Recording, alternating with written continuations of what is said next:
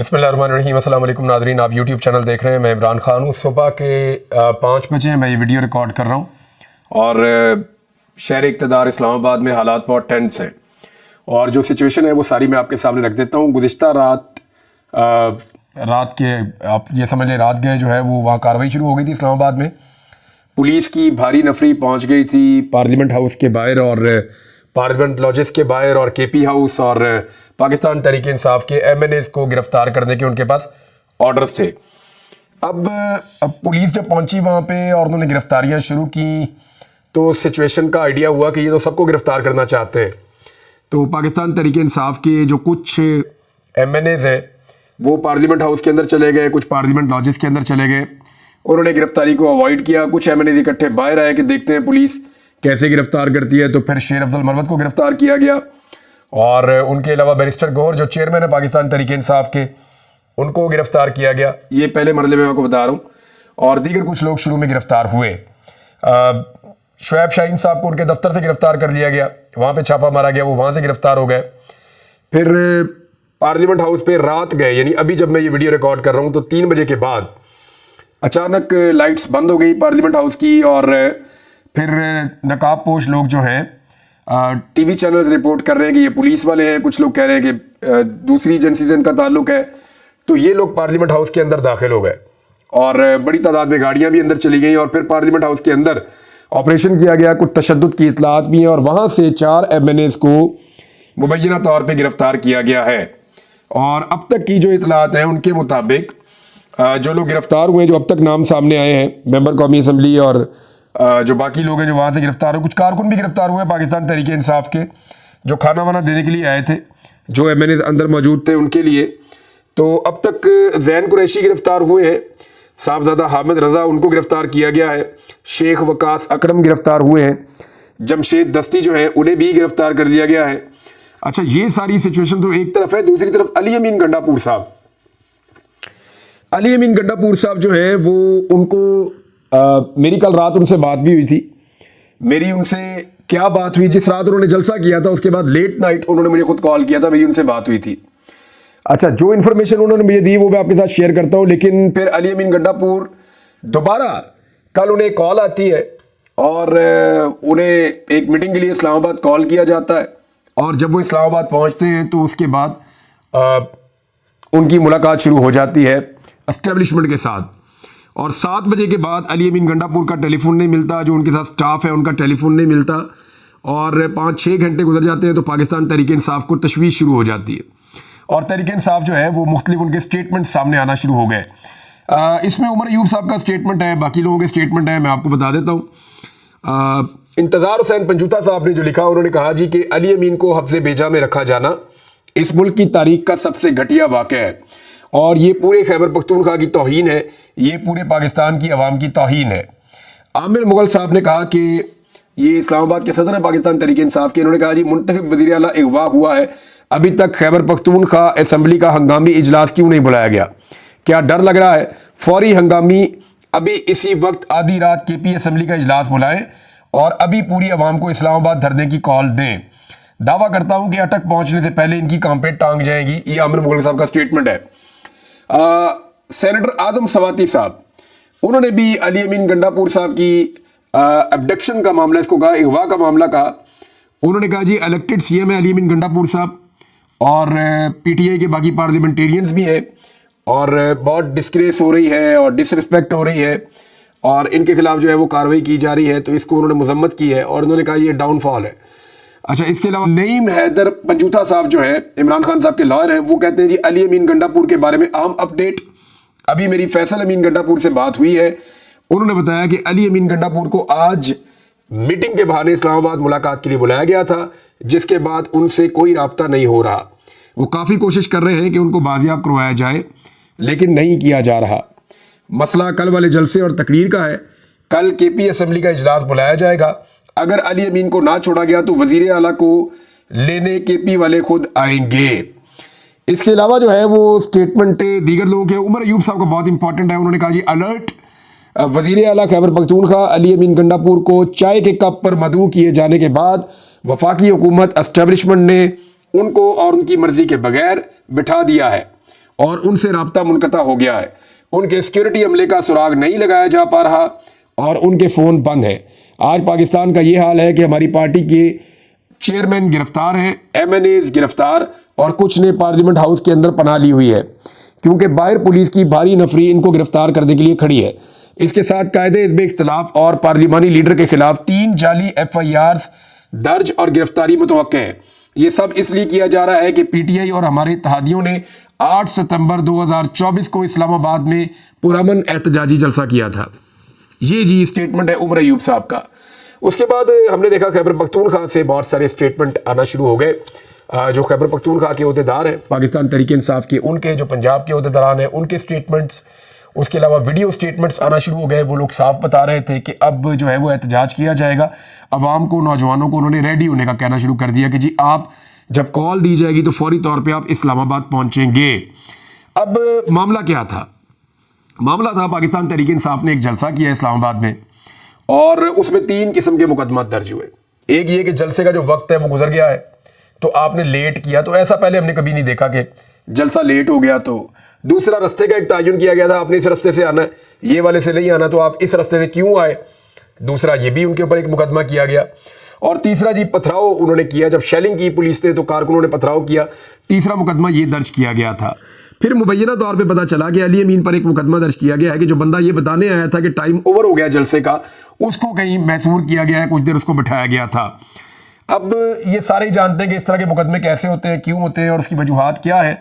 लेकिन मेरी गुज़िश्ता रात अली अमीन गंडापुर साहब से बात हुई थी।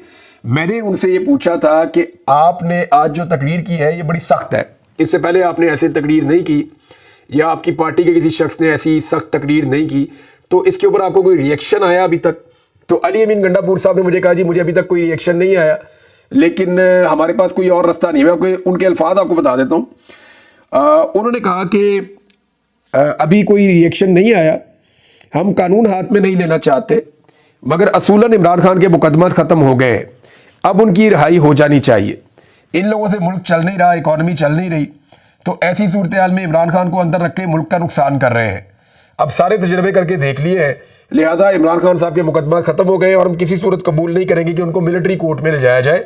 लिहाजा इमरान खान साहब की मकबूलियत बहुत ज़्यादा है और हम पर अवाम का बहुत दबाव है, हमारी पूरी पॉलिटिकल पार्टी पर।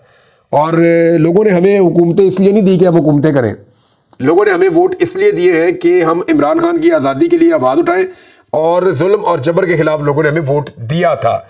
तो लोग बहुत दबाव डाल रहे हैं और ये दबाव वाकई है, अली अमीन गंडापुर पे भी है, जो बाकी पाकिस्तान तहरीक इंसाफ के MNAs हैं, MPAs हैं या जो ओहदेदारान हैं, उन सब के ऊपर ये बहुत दबाव है कि उनके ऊपर दबाव बार बार डाला जाता है कि इमरान खान के लिए आवाज़ उठाएं, तहरीक चलाएं। जहाँ पे भी लोगों के साथ इनकी इंटरेक्शन होती है, लोग सिर्फ इनको एक ही बात पूछते हैं। अच्छा, लेकिन अली अमीन गंडापुर साहब ने मुझे बताया था कि वो वापस खैबर पख्तूनख्वा जा चुके हैं और उन्होंने ये भी बताया कि बड़ी मुश्किल से मैं पहुंचा हूँ, बहुत रश था। उन्होंने ये भी बताया कि मैं जलसे में बड़ी मुश्किल से पहुंचा था, बहुत पैदल चलना पड़ा मुझे। फिर उन्होंने ये कहा कि मैं वापस खैबर पख्तूनख्वा भी आया हूँ, तो मैं एक अल्टरनेट मुझे रास्ता भी इख्तियार करना पड़ा और मैं खैबर पख्तूनख्वा पहुँच गया हूँ। अच्छा, आज के दिन में अली अमीन गंडापुर साहब ने एक प्रोग्राम रखा हुआ था, जिस प्रोग्राम में उन्होंने खैबर पख्तूनख्वा के तमाम अजला से आने वाले सहाफ़ियों से मुलाकात करनी थी। और ना सिर्फ मुलाकात करनी थी, बल्कि जो प्रेस क्लब के कुछ फंड्स होते हैं वो भी खैबर पख्तूनख्वा हुकूमत ने जारी करने थे। लेकिन एंड टाइम पे ये प्रोग्राम तब कैंसिल हो गया जब अली अमीन गंडापुर साहब को एक कॉल आई और उन्हें कहा गया कि आप इस्लामाबाद पहुंचे। अली अमीन गंडापुर साहब इस्लामाबाद पहुंच गए और उसके बाद वो राब्ते से बाहर हो गए। अब पाकिस्तान तहरीक इंसाफ ने यहाँ तक कह दिया जी कि हम एक मुकदमा सुबह करेंगे और पटिशन दायर करेंगे अली अमीन गंडापुर की बाजियाबी के लिए इस्लामाबाद हाई कोर्ट में। तो ये ऐसा वाकया पाकिस्तान की हिस्ट्री में पहली मरतबा है कि एक इतने बड़े सूबे का 4 करोड़ 80 लाख की आबादी है, 4.25 करोड़ की, इतने बड़े सूबे का एक वज़ीर आला ही गायब हो गया। और उसके बाद उन्होंने कहा जी कि अब सुबह हम जाएंगे इस्लामाबाद हाई कोर्ट में और जो खैबर पख्तूनख्वा हुकूमत के एडवोकेट जनरल हैं वो इसमें उनकी जानिब से पटिशन दायर की जाएगी और अली अमीन गंडापुर की बाजियाबी की कोशिश की जाएगी। अच्छा, मुझे इस बात का यकीन था कि वो बाजियाब हो जाएंगे, वो सामने आ जाएंगे। फिर मुझे उनके भाई से मेरा राब्ता था, तो अली अमीन गंडापुर साहब के जो भाई हैं फैसल अमीन, वो काफ़ी परेशान थे। उन्होंने एक ट्वीट भी किया जिसमें अली अमीन की और इमरान खान साहब की उन्होंने फ़ोटो लगाई और उन्होंने बताया जी कि ये वक्त भी गुजर जाएगा और जब मैंने उनसे पूछा कि आपको क्या लगता है, तो उन्होंने कहा जी अली अमीन गंडापुर गए हैं एक मीटिंग के लिए, और उन्होंने ये भी मुझे इशारा दिया कि मीटिंग एस्टेब्लिशमेंट के साथ है, लेकिन साथ ही उन्होंने ये कहा कि वहाँ मुझे ऐसा लगता है कि उनके ऊपर दबाव है। तो मैंने कहा फिर आप एक्सपेक्ट क्या कर रहे हैं? उन्होंने कहा दबाव तो अली अमीन पे पहले भी बहुत पड़ा है, इनके ऊपर टॉर्चर भी बहुत हुआ है, इनके साथ ज्यादती भी बहुत हुई है, इनके बाल भी काटे गए हैं, बड़ा शदीद टॉर्चर किया गया है, तो पहले भी वो दबाव के अंदर नहीं आए। तो उन्होंने इस उम्मीद का इजहार किया कि अभी भी वो दबाव में नहीं आएंगे, लेकिन इस बात का सबको आइडिया था कि सुबह अदालत खुलने का इंतजार नहीं किया जाएगा, ये बहुत बड़ा रिस्क है, तो अली अमीन गंडापुर रात के किसी पहर जो है वो बाजियाब हो जाएंगे। उसके बाद मुझे मैसेज आ गया उनका, और उन्होंने कहा जी कि अली अमीन गंडापुर जो है वो आ गए हैं। हुआ ये कि कॉल फैसल अमीन गंडापुर साहब को ही आई, उनके भाई को, और उन्होंने जाके अपने भाई को रिसीव किया, और फिर उसके बाद वो, जब मैं वीडियो रिकॉर्ड कर रहा हूँ तो गालिबन वो ट्रैवल कर रहे हैं और शायद वापस खैबर पख्तूनख्वा जा रहे हैं। कुछ MNA जो है वो भी खैबर पख्तूनख्वा जा रहे हैं। अच्छा, जब ये सारा कुछ हो रहा था, पार्लियामेंट की तारीख में एक अजीब वाकया हो गया। यानी हम ये सुनते हैं बार बार कादी फायद ईसा साहब से कि पार्लियामेंट जो है वो उसका तकद्दुस सबसे अहम है, पार्लियामान सुप्रीम है, वो बार बार ये कहते हैं। लेकिन हमने देखा कि रात गए पार्लियामान में जो है वो लाइटें बंद कर दी गई और बिल्कुल अंधेरा करके, बिजली बंद करके, फिर वहाँ पे जो है वो रेड किया गया और वहाँ से MNA को पार्लियामेंट के अंदर घुस के पहली मरतबा गिरफ्तार किया गया। तो ये अछूते मनाजिर हैं जो हमने पहली दफ़ा देखे हैं, पाकिस्तान की मीडिया ने इसको रिकॉर्ड भी किया है, तो ये बड़ी अजीब चीज़ है, इससे पहले हमने ऐसा नहीं देखा। अब देखना ये कि कादी फायद ईसा साहब जो पार्लियामान को सबसे सुप्रीम समझते हैं, क्या वो इसके ऊपर नोटिस लेते हैं या इसके ऊपर कोई कार्रवाई करते हैं या इसके ऊपर वो खामोश रहते हैं, ये आपको देखना पड़ेगा। क्योंकि कादी साहब का ये दावा है कि उनके दौर में ऐसी चीज़ें नहीं होती, लेकिन ये सारा कुछ हम देख रहे हैं।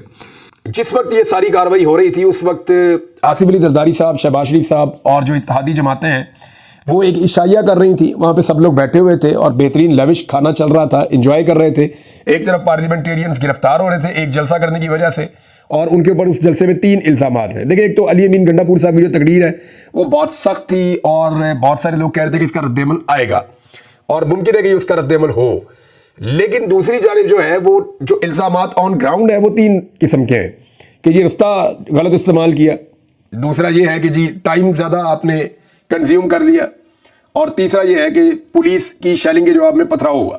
ये 3 किस्म के पथराव किया कारकुनों ने, ये 3 किस्म के इल्ज़ामात हैं और इनके मुकदमा दर्ज किए गए हैं। और इसमें जो है वो बहुत सारे MNAs उठाए गए, और उठाए गए कैसे? पार्लियामेंट के अंदर जाके रेड करके, मारकुटाई करके अंदर से उठाकर लेकर गए।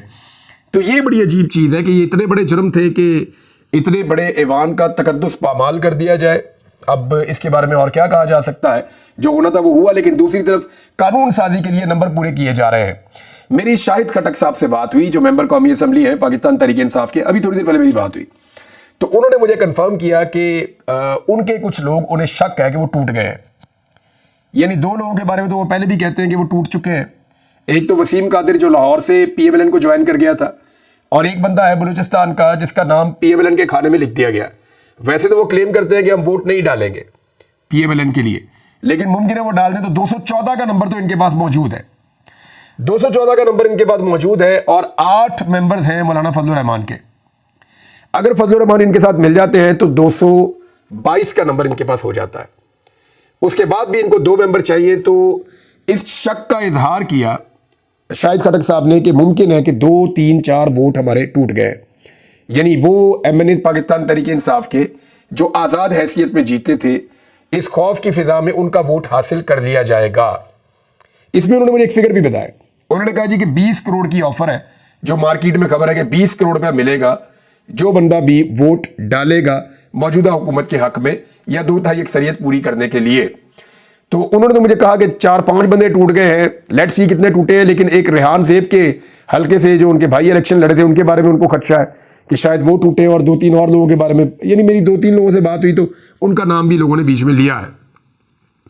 अब आप आ जाए इस बात पे कि क्या फजलुर रहमान साहब खड़े हैं। तो आज रात लेट नाइट तक जिन लोगों ने फजलुर रहमान साहब से मुलाकात की है उनमें जो है वो अखुनज़ादा साहब भी हैं, उनमें 2-3 और लोग भी हैं। बैरिस्टर गौर ने भी ये दावा किया था गिरफ्तारी से पहले कि फजलुर रहमान साहब अभी तक खड़े हैं और वो हुकूमत के साथ वोट डालने के लिए नहीं जा रहे। देखिए, हुकूमत के नंबर पूरे होते ही नहीं बगैर फजलुर रहमान के। कल मुझे नादरीन एक बड़ी आम शख्सियत ने यह बताया, और पाकिस्तान तहरीक इंसाफ से उनका ताल्लुक है, और वो बहुत बड़े ओहदे पे हैं। उन्होंने मुझे कल बताया, मैं भी उनका नाम किसी वजह से नहीं बता रहा आपको, कि मौलाना असद जो हैं, मौलाना फजलुर रहमान साहब के बेटे, उनकी मुलाकात हुई है इस्लामाबाद के एक निजी होटल में मोहसिन नकवी साहब के साथ, और वहां पे डील तय हो गई है कि मौलाना फजलुर रहमान साहब 2/3 अक्सरियत के लिए हुकूमत की मदद करेंगे। ये उनका दावा है। उन्होंने कहा डील तय हो चुकी है, इसके बदले में 2 वजारतें बलूचिस्तान में, 2 वजारतें वफाक में, गवर्नरशिप साथ में मिलेगी और कुछ और लवाजमात भी मिलेंगे। तो ये सारा कुछ और जो वजारतें हैं वो भी उनकी मर्जी की। तो इस तरह जो है वो एक बहुत बड़ा सौदा होने जा रहा है और इसमें बहुत सारी चीज़ें और भी इन्वॉल्व है। ये उस शख्सियत का दावा था कि जनाब ये होने जा रहा है। अब दूसरी तरफ जो है वो फजलुर रहमान साहब अभी तक ये कह रहे हैं कि हम ये नहीं करने जा रहे, हम हुकूमत का साथ नहीं देंगे। इसमें जो सबसे बड़ा प्रेशर है फजलुर रहमान साहब पे वो उनकी पार्टी का है। उनकी पार्टी ने फजलुर रहमान साहब को साफ कहा है कि अगर आप ये करेंगे तो फिर आप अपनी सियासत को तबाह कर लेंगे, हम दोबारा अवाम के पास वोट मांगने जाएंगे तो ये सारी गंदगी हमारे खाते पड़ जाएगी। और अगर ये कानून साजी हो जाती है तो फिर काजी फायद ईसा ऑटोमेटिक उनकी एक्सटेंशन हो जाएगी। वो चाहे ये कहते रहे कि मैं नहीं लेना चाहता, लेकिन उनकी ऑटोमेटिक उनकी एक्सटेंशन हो जाएगी। फिर काजी फायद ईसा साहब जो है वो एक्सटेंड हो जाएंगे, उनकी एक्सटेंशन हो जाएगी। फिर तो एक ही रास्ता रह जाएगा कि वो इस्तीफा दे दें। तो इस्तीफा तो वो देने के नहीं, तो वो अपना काम करते रहेंगे। तो ये सिचुएशन है कि फजलुर रहमान साहब पे ही डिपेंड करता है कि वो इस हुकूमत की 2/3 की अक्सरियत पूरी करवाते हैं या नहीं। जो इनिशियल सेलिब्रेशन है, यानी एक डिनर जो होता है फॉर्मल, वो हो गया है। सबको कह दिया गया कि आप इस्लामाबाद में रुके और नंबर पूरे होने का दावा जो है वो किया गया है। और कुछ खबरें छपी भी हैं कि शहबाज शरीफ साहब की जानिब से कोट करके एक्सप्रेस न्यूज़ पे खबर भी छपी है कि फजलुर रहमान साहब को बना लिया गया है और 2/3 अक्सरियत पूरी हो गई है। अब देखते हैं कि होता क्या है। बहरहाल खैबर पख्तूनख्वा की असम्बली ने फौरी तौर पर अपना सेशन बुलाया, हंगामी इजलास बुलाया। देखते हैं सुबह ये इजलास होता है या नहीं होता। और अली अमीन गंडापुर साहब ऑफिशियली इतने घंटे तक गायब रहने के हवाले से अपना क्या मौक़िफ़ देते हैं। अब तक के लिए इतनी, अपना ख्याल रखिएगा, अपने चैनल का भी। अल्लाह हाफ़िज़।